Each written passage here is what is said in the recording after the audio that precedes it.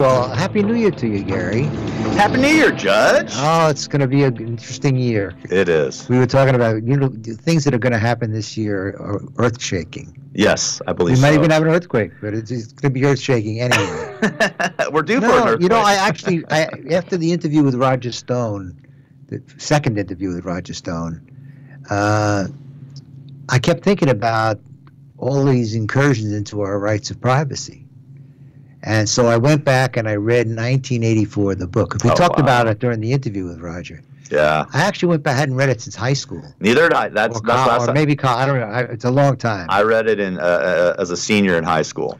But as I read it, I got even more concerned because, we're seeing what he talked about happening in real life. Like, when did he write that book? What year? In the 60s, I think. Was it in the 60s? Yeah, because he referred to it, I think, as the 60s.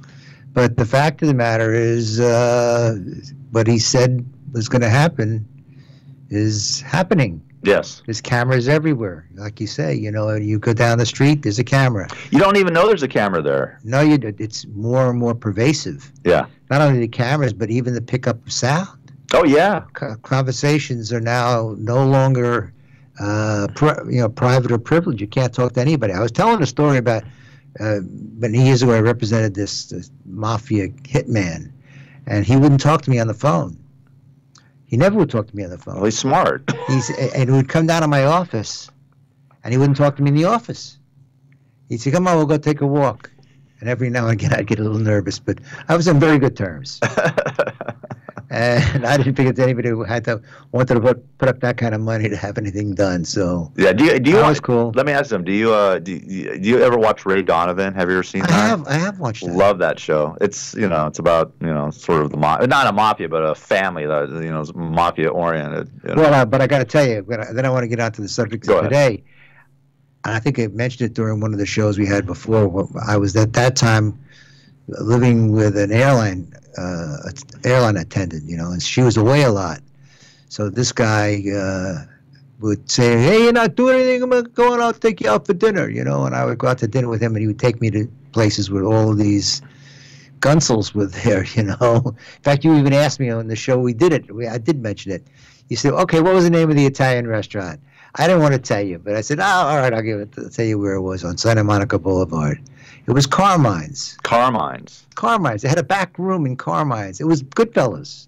Really? Oh, honest to God, it was Goodfellas. I went home and said to myself sometimes, this is the real deal out here. That's cool. What am I doing here?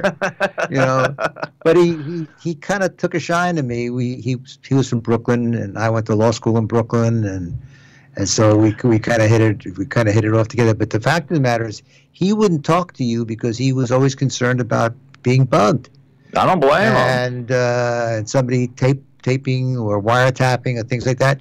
Now it's commonplace. Forget about the FISA warrants.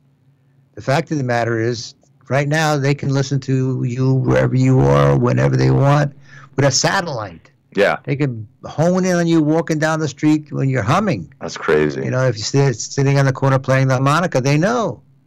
Scary. It's really scary when you come down to the question is, who's in charge? And that book, 1984, really talks about who's in charge. Of course, they refer to it as Big Brother and all of that. But it's kind of a combination of communism and fascism and plain old authoritarianism. That was what it really was all about. So Great book. Well, you take Roger Stone and what he told us on both interviews as to how things work in the political world, and you integrate into it what's going on in the mechanical world, whether it's social media. There's no longer any way you can protect yourself from anybody. People can say whatever they want about you. Yeah. And you could talk about restraining orders all day and all night. There's really no control over what people put out there into the atmosphere. By the way, I talked to Roger Stone's publicist. Thank you. And yes, there is a good possibility that he will be coming on your show in the next couple of weeks. It's the holidays. I just got back in. Yeah, you just got back from Hawaii. I did. And Aloha, I got to tell you, mahalo. Yeah, well, it's kind of everything happens the way it's supposed to. The reason we went to Hawaii, we were booked to go to Cabo. I know. but we were evacuated in the fire, you know. So the night we're packing and everything all for Cabo and everything else, I go to get the passports and I can't find them. Oh Jesus! Hold on. You're getting ready. You're already packed for Cabo. Yeah, ready to go. I'm going to go get the passports. Yeah, you're leaving on Christmas, weren't you? I believe yes, in the morning at like 8 o'clock in the morning or something, and I can't find the passports. Oh, on Christmas Eve. They're gone. Oh God! So where's the passports? Well, you're not going to Mexico without having passports. So we ended up scurrying around trying to figure out some alternative, and we had friends who were in Hawaii. I said, well, why don't we just see if the Delta Airlines, and by the way, Delta Airlines was wonderful. They were very, very accommodating. Really? In fact, on the flight back last night, I was saying to one of the hostesses, I said, you know, this is a good airline. They always give me free beers. They do, I swear to God. Every time, I love Delta. I fly them all the time. I think they're among the best. They always give me free beers. I don't know why, but every time I fly, it was you think you look needy? Is that it? I may be. I'm hungry for a beer. I'm a little homely, you know what I mean?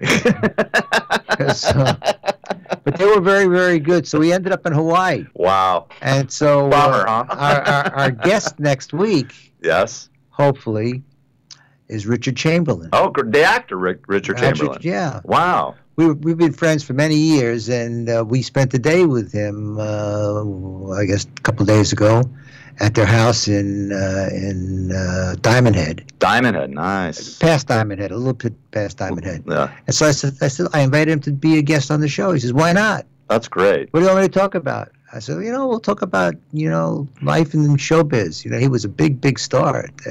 Yeah. In his day, he was the guy. Isn't he married to his soulmate or something like that? No. Oh, they're not married? They're good friends. Oh, they're just friends? Okay, well, listen, friends. because I've interviewed Richard Chamberlain, and we friends. Touched on it, that's all. And the good friend wrote a great Broadway musical, which we listened to. The music is great. Okay. So, and also at the lunch that we had at the house, there was a lady there. And I was introduced to her. Her name was Cassandra. All I knew was her name was Cassandra. Mm-hmm. And we had wonderful conversation. We were there most of the day.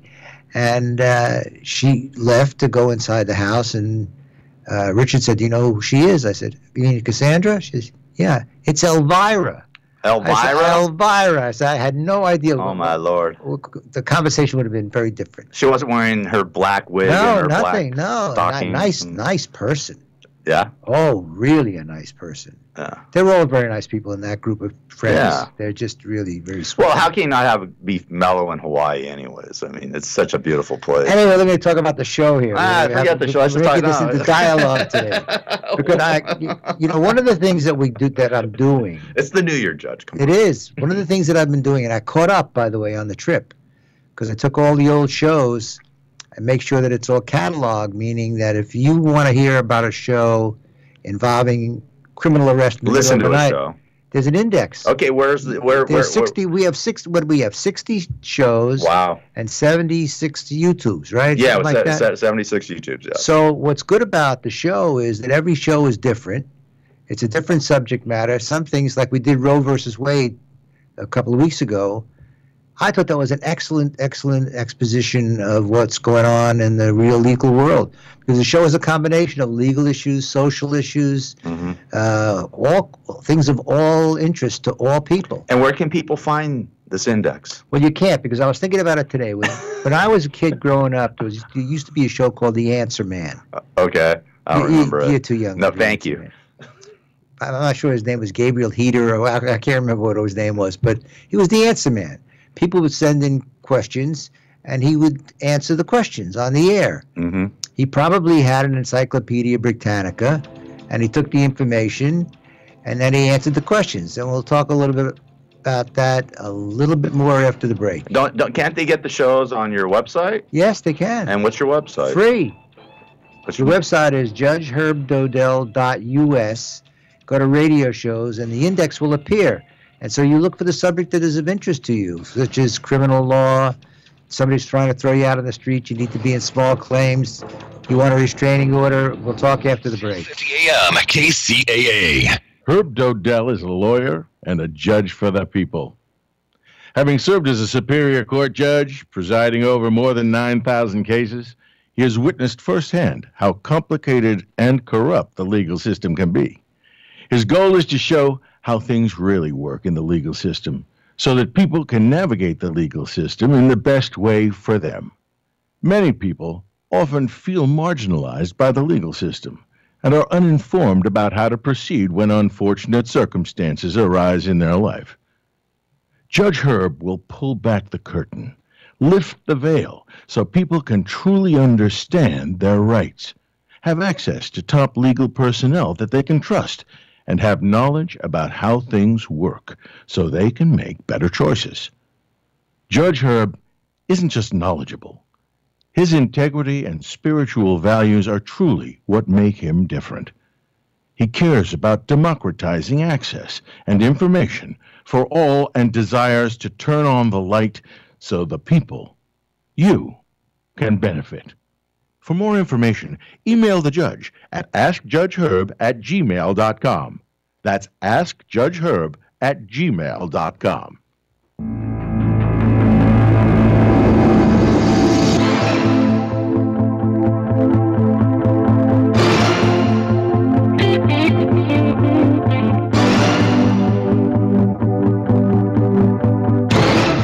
Okay, because we cover so many different things here, and we have over the 60 shows we've done so far, it really has been the range. Everything from Roger Stone to Lee Baca to bankruptcy lawyers to collection lawyers to landlord-tenant people. Insurance. And insurance, and we put some social significance to it along with some spiritual twists.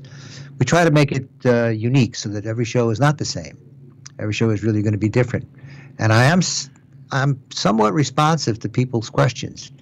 And I get some very interesting questions which really make me go back to do some research. I forgot how much I forgot, you know.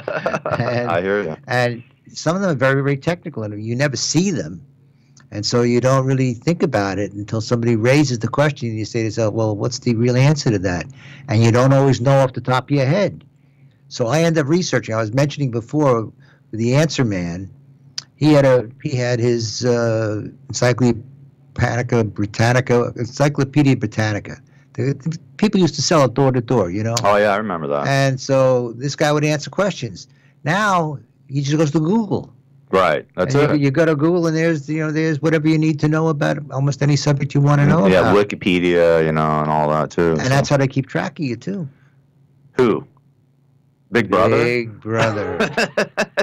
Who is Big Brother? I don't know. He's sitting probably in the back of a deli, just doing nothing, right? Sitting around all day, waiting for somebody to call. Hey, give me a pastrami. I always wondered about that. It gets back to what Roger Stone said.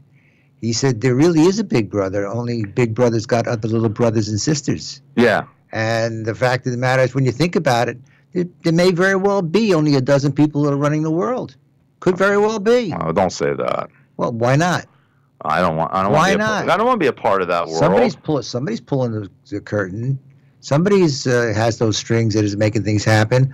Well, I told the story because I heard it in one of having the ability to listen to all the old shows. I heard some of the stuff I thought was very good, like that movie Wag the Dog. That is an incredibly good movie. When you think about it, they wanted a guy who was trying to get reelected. He needed a subject matter to talk about. So what they did is they created a war. Right. In Albania. The Albanians fight with nobody. I don't think anybody. Where is Albania, for Christ's sake? It's between Greek and Macedonia. Oh, is it? Wherever Macedonia is. I don't know. It's on the Dalmatian coast. Okay. So did he say so? No, it really is. No, I know. I don't know. So they created the war, to give everybody a common fighting.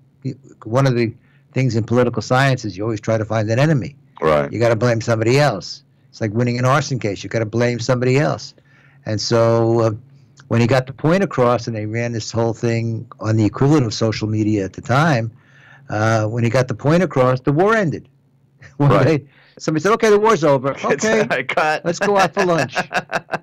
The end. It was. I know. And it's not that far from the truth today. When you think about it, all of a sudden the enemies crop up or issues crop up, distract your attention away from what's otherwise noteworthy news, It goes away. Nobody pays attention. And what was interesting about 1984, it was talking about, if you remember the book, it's the equivalent of fake news. Yeah. What the guy was doing, his name was Winston. What Winston was really doing was he was taking all the old stories, the old newspapers, the old whatever there was, and he had a box at his desk that he put all the stuff into, which shredded it and burned it and eliminated it. And then he would rewrite the stories. Yeah.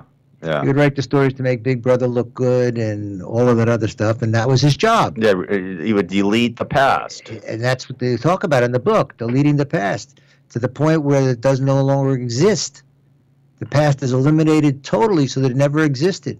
What's going on now, though? It seems like, there's one story and then there's another story. It's like one story on top of the other. You know what I mean? I'll give you a great example, and it's close to your home and mine too. What happened? The shooting in Thousand Oaks. Okay, and then you talking about borderline, right? And that was like a huge, shocking story. Especially, I grew up out there. You live out that way. And then the next day, the fires, and then this borderline massacre just disappears. It's weird how the news cycles go, Judge. You ask somebody what Parkland is.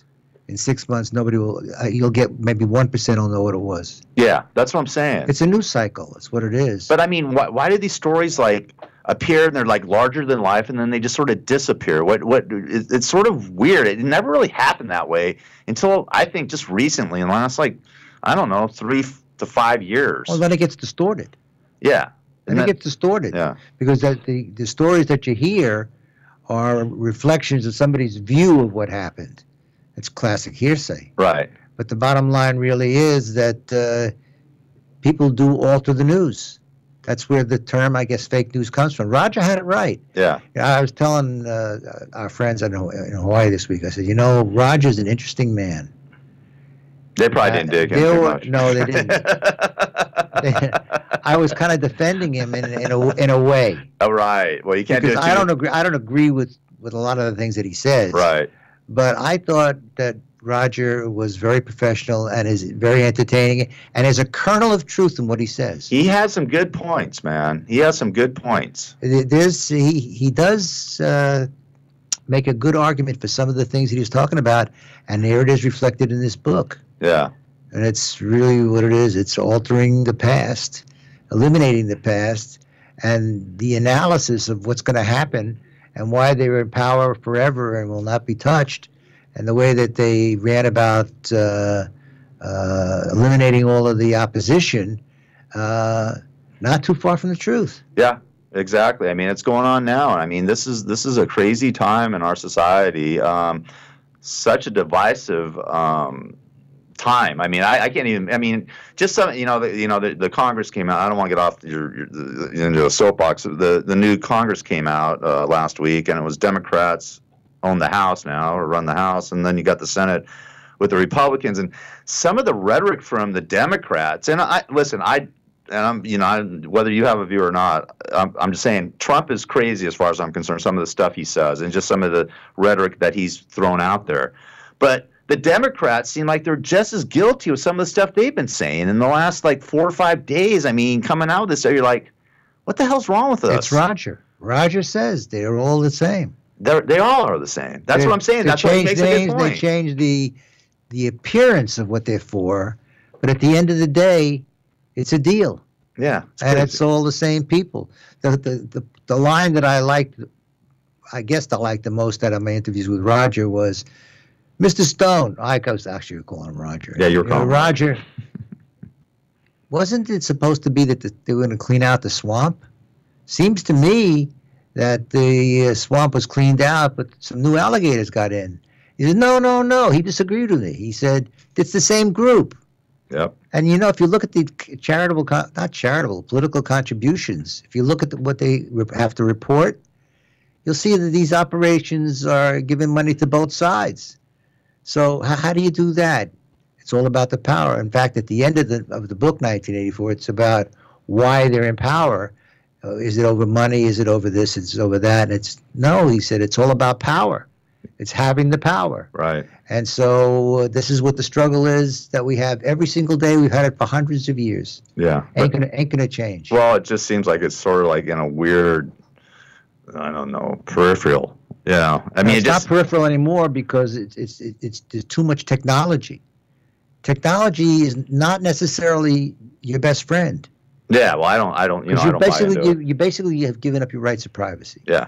If they, the ubiquitous they, if they want to know, they will find out. Yeah, what's with the phones? Think about the phones. Think about these smartphones, Judge, and how they know where you're at and how many steps you took and where you're going to go. It's crazy. We're walking down the street in Waikiki, and I asked my wife a question, so she gets her phone. She says, what's her name? Your wife? No. Siri? Siri. That's it. But Siri's a guy now with an accent. Oh, is it? It used to be a woman. Siri, how far is it from here to there? And some voice comes up and tells you. I said, that's this whole artificial intelligence thing is getting a little out of hand because now you have it in your house. Alexa, turn on the air conditioner. I mean, come on, man. That is too freaky. Make sure the water isn't too hot in the bathtub. I'm telling you. That's why I still have my flip phone. This is why I carry my flip phone. I do have a smartphone now. I actually kicked down and got one. But I only use it for Facebook Live and Uber. I love it for Uber. Yeah, but you can say whatever you want about people and social media and ruin a life. I know. It's crazy. Absolutely ruin a life. You can say almost anything, and you really can't stop it. We did a show on. How do you deny it too? I mean, then you got to turn around and deny it. If you deny it, it's then it's the truth. No, well, it could be perceived as that. That's what I'm saying. But the bottom line is, the more you mention it, the more it sticks in people's head. Right. And the more times you say it, this was a thing that Hitler really used to his advantage. He repeated the same big lie over and over and over and over again. Pretty soon, everybody believed it to be true. Well, that's why you can continue to lie. And that's why Roger thinks that you can always do whatever you need to do to get it done, whether you tell the truth or you don't tell the truth. But to me, that's horrible. Yeah. Well, that takes all the integrity out of everything and all the morality out of everything. Yeah. Look at what Trump's doing. I mean, he repeats the same thing over and over again, and it sticks in your brain. I mean, it really does. Look, there's no collusion. No collusion. That's what he said for 2 years. He's been saying that for 2 years. Witch hunt. Well, I don't take a position on any of that. No, I know. And in fact, sometimes I say, okay, I'll be a Republican. And then next day I said, I can't be a Republican. I'll be a Democrat. No, I can't be a Democrat either. You're like me. You're down the middle. I'm fairly much of a moderate. But the bottom line is, I look at the issues and I look at the people. I just can't buy into the political necessity of picking a side. Why do you have to pick a side? And why would you want to pick one? Sometimes you have no choice. Well, you have no choice. Oh, come on. You have a right to vote. You have to vote. Everybody has a right to vote, but everybody has a right to choose, too. And you do not have to lean one way or the other. I mean, as far as I'm concerned, personally, I'm for what's right, whether it's a Republican thing or a Democratic thing or a liberal or a conservative. What I feel in my heart is right, that's what I vote for or believe in. And people do not do that anymore, Judge. Well, it's going to be very interesting because you have these two entities that are at loggerheads with each other, and then you have the fringes on the left side all the way to the far left, and you got the fringes on the right to the far right. They make Attila the Hun look like he's a moderate. I'm telling you. And the fact of the matter is that this is going to be a fight for 2 years. They're not going to get anything done. No, because they have such a dislike for each other. And such a lack of respect for each other that nobody wants a compromise. No. Very few people in that group are ready to compromise. Yeah, it's sad. It's really sad. Trading a cement wall for a wrought iron fence isn't much of a difference when it comes right down to it. I mean, how many people are not getting paid? A lot. A lot. Well, some of the news is the IRS is not doing any collections. A lot of people have got to feel good about that. No, don't collect on me, IRS, please. All right. They're on vacation. I was talking about that to somebody, and they said they're on sabbatical. Forever. They're taking a sabbatical. God bless. Let's keep the government shut down then. We'll be back. There are some people who wouldn't mind that, We'll be back. Those libertarians, they don't mind that at all. KCAA. In his book, From the Trench to the Bench, Judge Herb Dodell demystifies the legal system, including both civil and criminal, the lawyers, the judges, and the process. As a judge, former deputy district attorney, and criminal defense attorney, he knows the legal system. He has the inside information that you need to pick a lawyer, and he's here to give it to you. No matter what you're facing that makes you think you may need a lawyer, Judge Herb will shed valuable light on your situation and reveal your best options and many secrets of how the judicial system actually works. To find out more about how the legal system really works, you can get your copy of Judge Herb Dodell's eye-opening book, From the Trench to the Bench, at Amazon.com.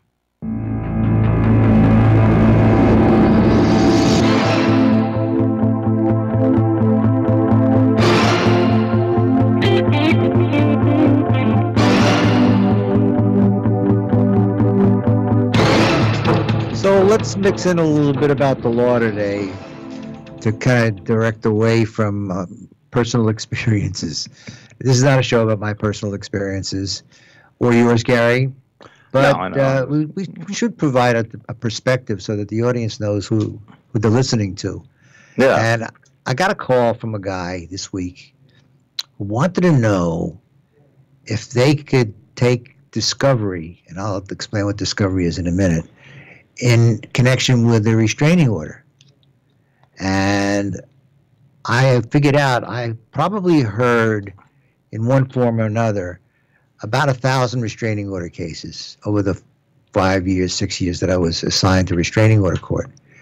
And I don't ever remember anybody asking to do any kind of discovery. What is discovery? Discovery is, that's good, that's perfect. Discovery takes 3 or 4 different forms. The most prominent one is a request for production of documents. In any lawsuit, usually civil lawsuits, you can ask the other side whatever documents they have that pertains to any issue that you want to raise, whether a financial issue, credibility issues, whatever it may be. It's very, very broad. In fact, one time I served a subpoena to produce documents, or actually a notice to produce documents on, what's the name of that company? You can buy tickets online. The original one. Ticketmaster? Ticketmaster. They were a defendant in a case, or a plaintiff in a case, against my client who was a psychiatrist. And it's a long story. I don't remember all the details. But I know I sent the document production, and there were 3 million pages. Oh, my God. There's no way a sole practitioner, even 3 million. Well, you have to have a staff of paralegals going through all those documents, looking for the needle in the haystack. And not so long ago, in fact, in the last 3-4 years, there was a case where we got 300,000 documents, and we kept them in my garage because we couldn't find a place to store them. The other side wanted them, we wanted them, and so it was very complicated. 300,000 documents. So that's what's called a notice to produce. Now, if you have another party in the civil lawsuit, you don't have to serve a subpoena. People think, well, you got to, in order to get it, you got to give them a subpoena. Not so. You have to do a subpoena if it's a third party, somebody who is not involved in the lawsuit, they're witnesses or whatever. Banks are oftentimes subpoenaed. Companies are subpoenaed for records that they may have of transactions. So that you only have to do is serve them, we call them a 1987 notice to produce. They got to produce it. So what do? If they don't want to produce it, they say it doesn't exist, or it existed over here, or it's irrelevant, it's burdensome, it's oppressive. There's all kinds of requirements to make the party produce it, done by way of what's called a motion to compel. A motion to compel is asking the court to force them to produce whatever it is.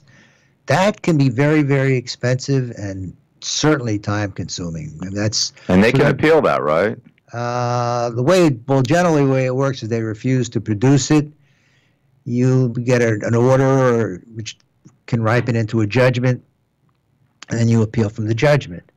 There's a process that you have to follow. In and of itself, a discovery order is usually not appealable. They're done by what's called a writ, W-R-I-T. Writs are rarely granted. I'd say probably 5%, if that. Because what the courts of appeal generally do is not stop it from happening while the case is still pending. They say when the case is all over and everything is all put together, then come see us and appeal. So writs are really temporary. There's two kinds of writs. There's a writ of mandate, which requires a court or entity to do something. And then there's a writ of prohibition, which is to prevent the court from doing anything, prevent them from going to the end of a trial because you think irreparable harm has already taken place and the result will be not what should be given the state of the law and everything else. So that's a writ. So in terms of the term discovery, that's one form. And that tends to, I call it the Christopher Columbus phase. When I wrote the book, that's the chapter. It's called Christopher Columbus. Because you're out there searching and you're digging. You don't know where you're going to go, what you're going to get. If you look at what happened to Michael Cohen, what they did is they just grabbed everything. Right. That's not discovery. That's, well, I guess seizing. I guess it is discovery when it comes down to it. Yeah. They discovered whatever they needed to discover. Right. That's one kind of discovery. Are they? Is that Mueller's? Is that what he's doing? Discovering, or what? What was Mueller doing? It's not. Well, I guess that technically it probably could be considered discovery, but not in the classic use of the term. Okay. Well, you're going to hear some interesting things come out now in next month. When's this going to end? Probably, I figure by March. Really? Think so? Yeah. God, I hope so. And that's, we're how much more can you dig out? I know. But when you look at it, the Clinton investigation took years. Yeah. Well, look at Watergate, too. It took like 2.5, 3 years. In fact, the Whitewater thing, which originally was the investigation into the Clintons, that took 4 or 5 years. Yeah. Starr as the special prosecutor or special counsel, whatever they wanted to call him. Yes. But that's one form of discovery. Okay. Another is called interrogatories. Interrogatories can be one of two different kinds. One's called a form interrogatory, and the other is called a special interrogatory. And so the reason I'm going through all of these things is for somebody who goes to an index and is in the middle of a lawsuit and somebody's sending them a notice to produce something, they want to know what really is involved and what you can do about it. Here it is for you in very simple lay terms, because the whole object of writing the book was to write it in lay terms, layman's terms. Right. There's no technical terms in the book. They're technical, but I explain what they mean in English. Yeah, you break it down. As opposed to lawyerese. Oh, no, you want to know what it is. Somebody says an interrogatory. You don't know if it's a special or a form. What is it? A form interrogatory, for example, in an automobile accident case, is you ask a certain number of questions about the accident and witnesses and who was there and what documents there are, any photographs. These are forms. They're printed by the government, by the court system, the Judicial Council. Okay. And so they're forms. You fill them out. I think the last time I looked, the last number was 50.4. And they ask you your insurance and did you have anything to drink? Did you do all of these things are form. But they don't necessarily apply to specifics. Mm-hmm. Every case has its own specific facts. And so what the lawyers will prepare, and here's where creative thinking is very, very important. Lawyers prepare what's called special interrogatories. You're focusing on one thing, on one particular issue or more, and you ask questions directed to that issue because that's what you want to know. Right. And that from the interrogatory answers, the next step is, what do? You look for the documents. So they do run somewhat parallel. And in most lawsuits, the first thing you get, if you're a plaintiff, when the defendant responds, is a request for documents, interrogatories. Then there's another thing called request for admissions. What's a request for admission? The request for admission usually reads something like, admit that at 4 o'clock on a Friday afternoon you were standing on the corner of such and such and such and such. You can either admit it or deny it. Or what usually is done is you have insufficient information at the moment to admit or deny. I know nothing. Yeah, that's about it. That's right about it. But the penalty is if you don't deny it and it's deemed admitted, it could end your case. Oh, really? Because then what happens, and I'm going to get to that at the end of today's today's talk, is you could end up in something called a summary judgment, which I'll talk about in a minute. The fourth phase of discovery is called depositions. This is an expensive proposition, too. That's the most common, isn't it? It depends on your case. Okay. I once had a lengthy conversation with a guy by the name of Bill Chernoff. Many people will recognize that name. Bill was one of the premier trial lawyers. He's retired now, about 20 years. He lives in Palm Springs. Very, very good lawyer. Nice man, too. And he and I would have discussions about the depositions and things. He took them very brief. He just wanted to size up who was on the other side. He kept them real short and whatever. And I'm a firm believer in the opposite. I want to know everything that I could find out from that deposition because people are going to change. Right. Their stories. And when they change that story and you now know what you're looking for, and if you find something good that's impeaching, you've got it preserved. You don't have to worry about it. The guy comes to court, the gal comes to court, and you say, look, do you remember having your deposition taken? Yeah. And there was a court reporter? Yeah. And I told you that if you wanted to change your testimony, you could do that, but I could call that change to the attention of the jury. You remember doing that? No, not really, but let me read it to you. So you stand in front of the jury and you read it. And then you say, now, you said in your deposition that, have you ever said such and such and such and such? Well, you know what he said because you got his deposition transcript. Right. It's called the transcript. Yeah. And so if he or she says something different, you wave that sucker in the air and you say, well, on such and such a day at your deposition, I asked you this question and this is how and you read it. And what are they going to do? They can't There's deny it. There's nowhere to go. Yeah. Well, it really wasn't, but I told you could always change it. Yeah. You thought it was wrong. You had an opportunity to read it, didn't you? Because this is the shtick that I was doing as a trial lawyer. Right. Well, you had a chance to read it, didn't you? You sat there with your lawyer. Don't tell me what you and the lawyer talked about, but you went over the transcript together, didn't you, without discussing it?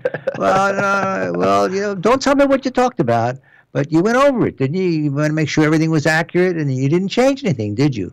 So that's cross-examination. That's what you prepare for. It's when you nail them. When you got a transcript in your hand and you know what they did before, what they said, yeah, that's dynamite. Right. You And got him. Bill didn't get that because he never really probed it. So we would discuss the benefits of a long deposition, or not so necessarily long, but a more thorough deposition. Detailed. And I was very detailed. Right. As a trial lawyer, I sat there, I poured through documents for hours looking for little. So you're a pain in the butt. I was you know what? I was a very, very aggressive litigator. Very aggressive. You're a great lawyer. Well, thank you. But I was a great litigator in the sense that I was a pain in the ass. Exactly. I never. Good lawyer's a pain in the ass. No, I never gave up. I chased them. All the time. That's what you want in a lawyer. Well, you do. You know, you want somebody that's on your side that's going to do everything possible. I would want me to be the lawyer that I was when I was out there doing it full time. Hell yeah. And then a lot of lawyers don't do that. They don't. Get away from the question of which was, can you have discovery in a restraining order case? Right. And I said to myself, gee, I've heard at least 1,000 cases, and I never heard anybody ask for any discovery. Yeah. Because restraining order cases, and what I've been able to find in the statutes and in the cases, are designed to be quick. Mm-hmm. You get a hearing within 21 days of the time you serve with a temporary restraining order. There's not a lot of time to do much in 21 days, although you always have the potential remedy, of asking a court for a continuance. And you would do that by filing what's called an ex parte motion to the court to extend your trial date. Actually, it's not a trial. People get confused. It's a hearing. Yeah. Even though the rules of evidence apply, not all rules of evidence, hearsay doesn't apply in restraining order cases. People don't know that, but everything gets in. Yeah. Judges have the opportunity to give it the weight to which they think it's entitled. It comes in, but do you really care about it? So you let it in, and you say it's worthless. But the bottom line is, do you have discovery in a restraining order case? There's no real definite firm answer, except that it says it's not a civil case. It says that in the statute, in the cases. Mm-hmm. If it's not a civil case, then where does discovery come from? We'll talk about that. I'm getting to summary judgments after the break. For the people, someone who had the best interests of the people at heart. Herb Dodell has been a lawyer for more than 50 years and has been a Superior Court judge for 9 years, having presided over more than 9,000 cases. In this show, he will reveal the secrets of how things really work in the legal system, so you can maximize your position and benefit most when you're in trouble and need someone on your side to simplify the process for you. For more information, email the judge at askjudgeherb@gmail.com. That's askjudgeherb@gmail.com.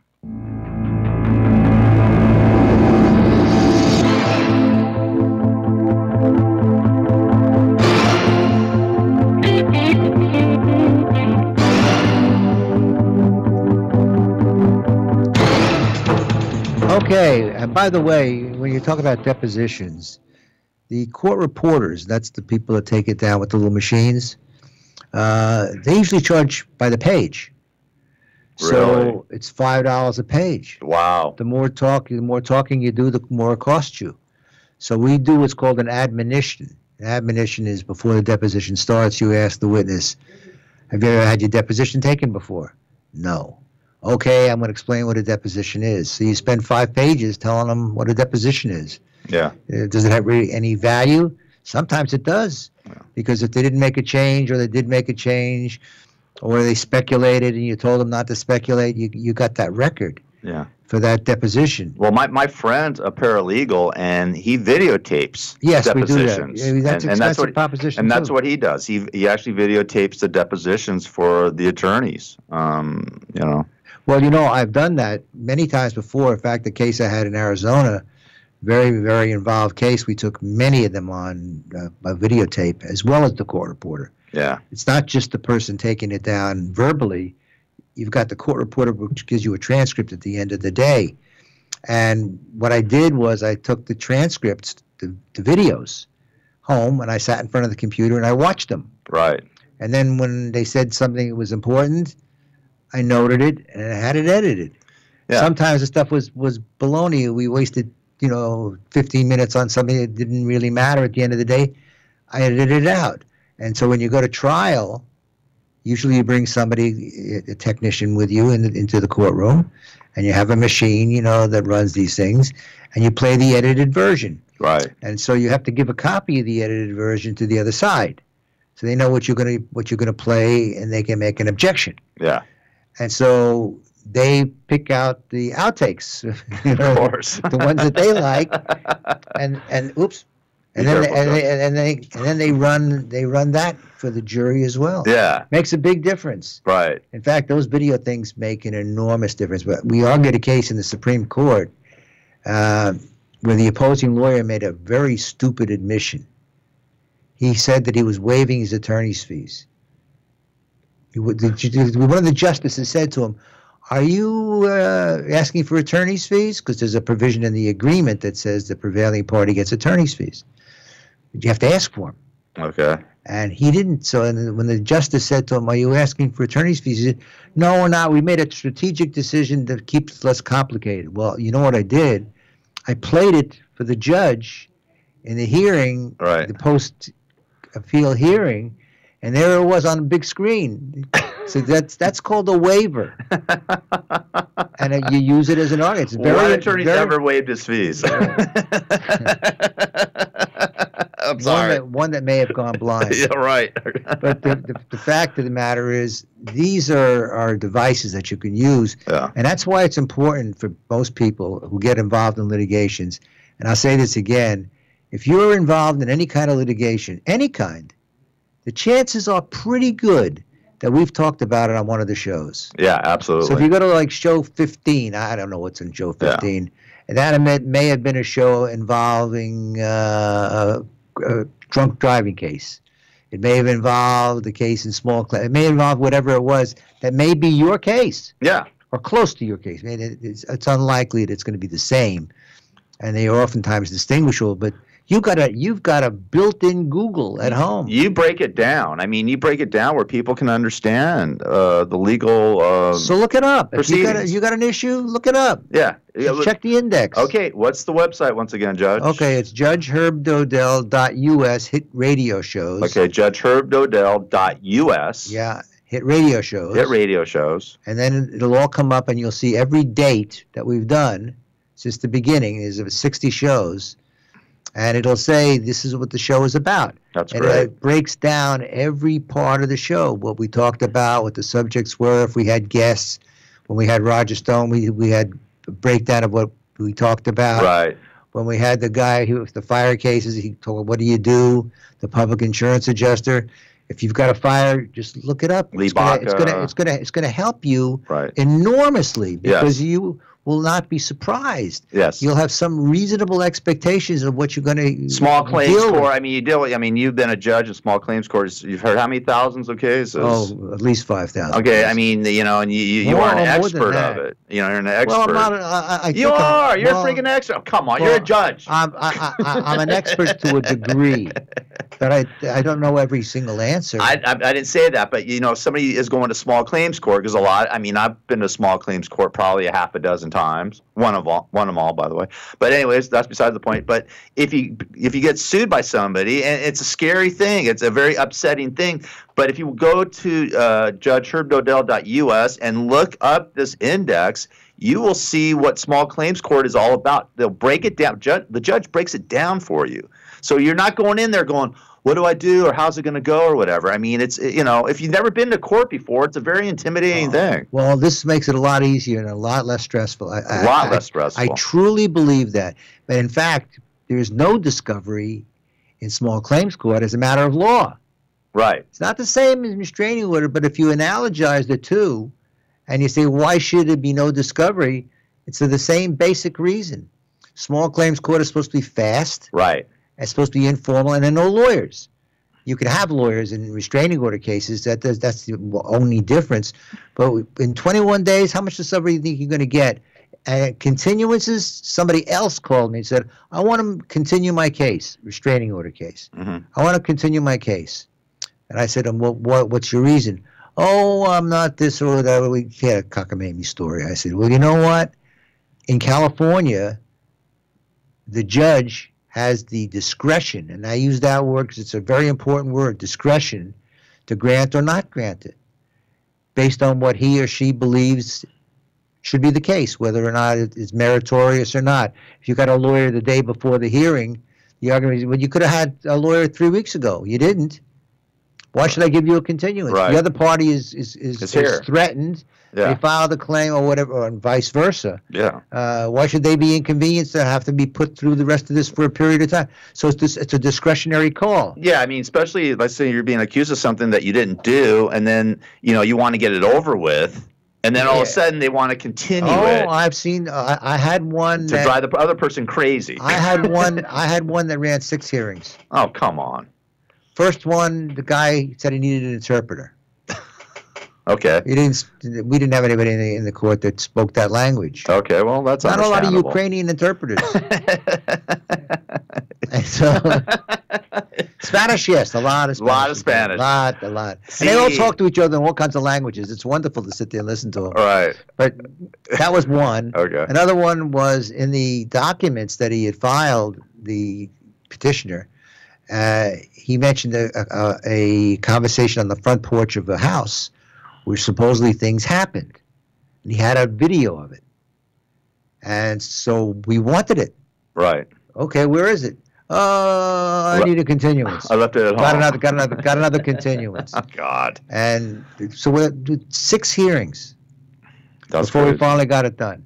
But the fact of the matter, it's a discretionary call. Yeah. And so a judge in restraining order cases, and keep in mind, restraining order cases are not only civil harassment, that's what they call 527.6, that's quasi-criminal because the enforcement is the criminal part of it. The obtaining of it is the civil part of it. Right. You follow civil rules and things of that nature. Then you have domestic violence restraining order cases, a little bit more complicated because you have a relationship between the parties. And that's all designated in the code. spousal, living together, former boyfriend, girlfriend, children. Those come under the family court, and they follow a little bit different rules, not that much actually, but the burden of proof is different.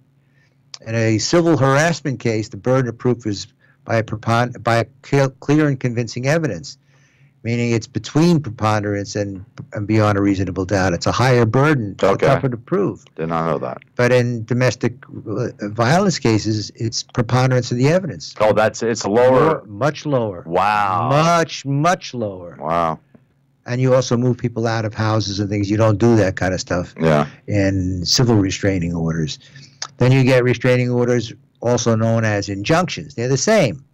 If you hear people talk about injunctions, it's the same as a restraining order. And it's the same thing that you had with writs.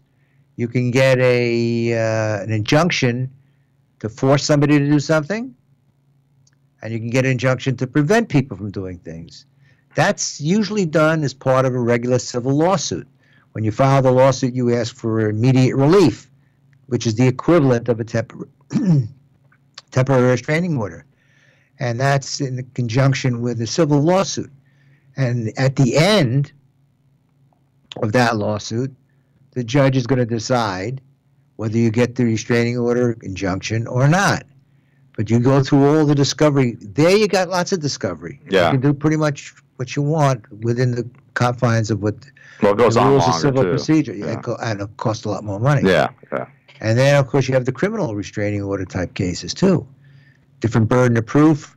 There you can probably get some discovery. So the answer to the question whether there's discovery in a restraining order case is maybe. It's discretionary. Absolutely discretionary. And somebody wanted to know if they could file a writ if the judge wouldn't give them the discovery. I said, you could file a writ, but I don't think you're going to go very far. They're going to say, let the case play out. And when the case plays out and you have an end, come back and see us on an appeal. Yeah. Very different. So I want to touch briefly on summary judgment for a few minutes. Yeah, a couple minutes. The thing that most people, and I wanted to do it because if anybody is in the middle of a lawsuit, you can expect that you're going to see one of these. And you'd like to know what it is and what the risks and exposures are, what does it cost, how long does it take, and things like that. It's a method or a procedure to have a case decided without a trial by a judge. Okay. What you're saying in a motion for summary judgment is everything that they've alleged or have pled, it's the technical word, it makes no difference because we win automatically as a matter of law. And they will go through, I've seen summary judgment motions, even on the bench, where I've had 3-4 red wills, hundreds and hundreds of pages to read on a motion. And you have to read it because they set forth what's called a separate statement of facts. One side says here are the facts, and they cite a deposition transcript, a document, they attach the document, they attach the testimony, and the other side has its own separate statement of facts. It says, there's a wrong, here's what really happened, and they cite a deposition, different page, different statement, whatever. And the rule, and I can't emphasize enough, the rule is that if there's an issue of material fact, the motion for summary judgment must be denied. Oh, really? If it's granted, your case is over. Depending on what's called a summary judgment or a summary adjudication, you can adjudicate part of a complaint, or you can adjudicate the whole thing. Summary judgment is oftentimes related to the statute of limitations. This happened on and you can use a request for admission. Admit that this happened on such and such a date. They admit it, you make a motion, you say, it's too late, statute of limitations, even if he was right. And so those are the things I would have talked about today in case anybody wants to know what do you do if you're caught in the middle of a litigation. Discovery is one, motions are another. We can talk about the rest of it some other time. Yes. One of the wonderful things about our show really is it's unlimited. It is. There's a subject every week. You can start with something. You can start with Brave New World, 1984. You can talk about the Hungarian Rhapsody. You can do anything you want. Any show will work. And we've got some good guests coming along the line. I've been talking to a bunch of people, and we're going to make this interesting. So it is interesting already. I hope you'll continue to watch. You don't have to. KCAA Loma Linda, 1050 AM, 106.